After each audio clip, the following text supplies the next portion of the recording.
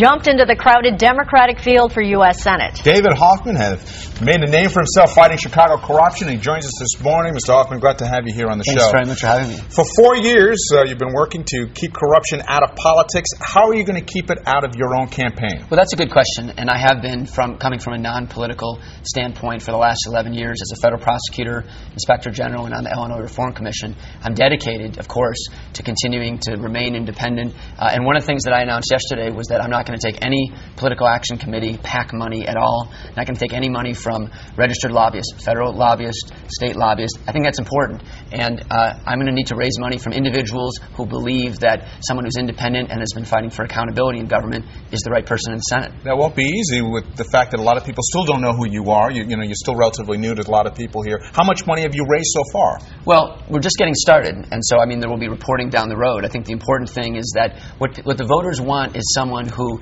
has shown a record of independence, someone who has shown a record of fighting for them, standing up for taxpayers, and fighting for accountability. That's what we need in Washington, and I think people are looking for someone they can trust to stand up for their interests, not special interests or the political establishment. You really don't think name recognition will be an issue for you? Well, look, I think the history books are filled with people who started with relatively low name recognition, but had the right message, and during the course of the campaign became known. I think people in Chicago and the Chicago area have gotten to know me over the last 4 years.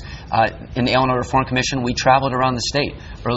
Who are independent and have been fighting for accountability. I'm looking forward to going around the state. As I was mentioning to you guys earlier, we're starting in Alton, where my wife's from, this weekend, and we'll be traveling around. Now, you work with the Reform Commission, a lot of hard work there, coming up with proposals to keep corruption out of government. They put a bill together. Governor Quinn seemed like he was ready to sign it. He got ready, and then he held a press conference going, "Veto? This is no good." What was your reaction to that? Well, we were disappointed with the way the whole campaign finance reform legislation took off. That was one of the most important parts of it, although it was only one part. There were some important, although less important ones, relating to contracting reform and transparency in government that did pass. Look, on the campaign finance reform, we called it as we saw it, and we were pushing pretty hard, and the state needs substantial and very significant reform.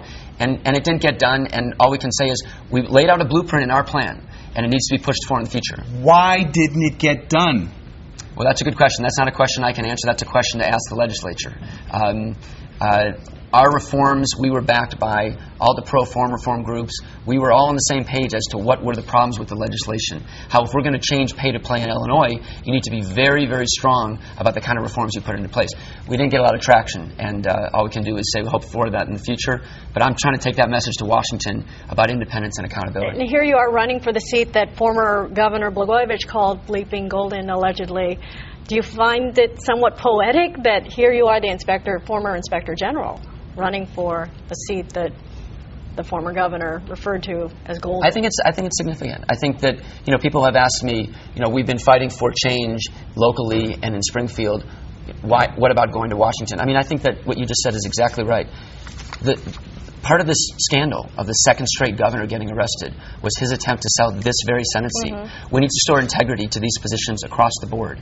And people are looking for someone who's been on the other side of the pay-to-play and corruption scandals, and I can guarantee I'm going to continue that fight if I get to Washington. David Hoffman, thank you. Thanks very much for having me.